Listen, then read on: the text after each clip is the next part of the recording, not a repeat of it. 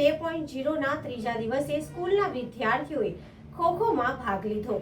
આજે ખેલ મહાકુંભ 2.0ના ત્રીજા દિવસે સ્કૂલના વિદ્યાર્થીઓએ ખોખોમાં ભાગ લીધો।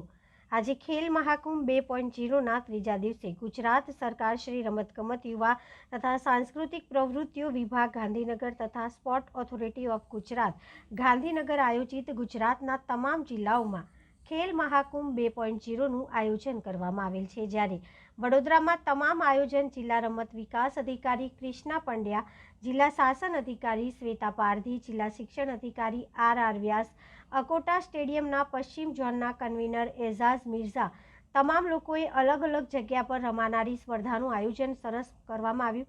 આજે અકોટા સ્ટેડિયમ ખાતે ખેલ મહાકુંભના ખેલાડીઓને પ્રોત્સાહન આપવા માટે જિલ્લા રમત વિકાસ અધિકારી કૃષ્ણા પંડ્યા તથા વિસ્તારના કાઉન્સિલર વોર્ડ નંબર 12ના સ્મિત પટેલ ઉપસ્થિત રહ્યા હતા। તમામ લોકોનું બુકે આપી સ્વાગત કરવામાં આવ્યું હતું।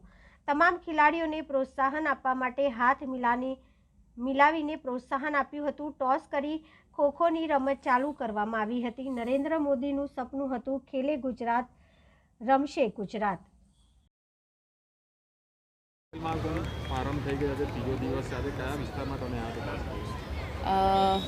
આજે વડોદરા જિલ્લામાં પશ્ચિમ ઝોનમાં વિસ્તારમાં હું આજે હાજર છું અને અકોટા સ્ટેડિયમ ખાતે આજે ખોખો રમતની અંડર 17ની ભાઈઓની સ્પર્ધા ચાલી રહી છે।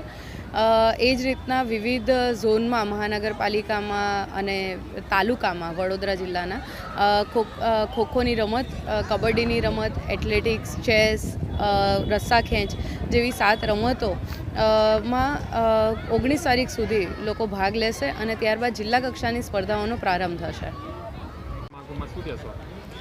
આજે અકોટા સ્ટેડિયમ ખાતે ખેલ મહાકુંભની સ્પર્ધા ચાલી રહી છે। જ્યારે મોદી સાહેબ CM હતા ત્યારથી ખેલ મહાકુંભનું એમને સ્ટાર્ટ કર્યું હતું। એમનું એક વિઝન છે ખેલેગા ઇન્ડિયા તભી બઢેગા ઇન્ડિયા, જે આજે જે યુવાઓમાં જે ઉત્સાહ જોઈ રહ્યો છું, જે રીતે બધા દરેક સ્પોર્ટ્સમાં યુવાઓ છે, યુવતી છે, જે સ્ટુડન્ટ્સ છે, બધા જે પાર્ટિસિપેટ કરી રહ્યા છે એનાથી બહુ આનંદ થઈ રહ્યો છે।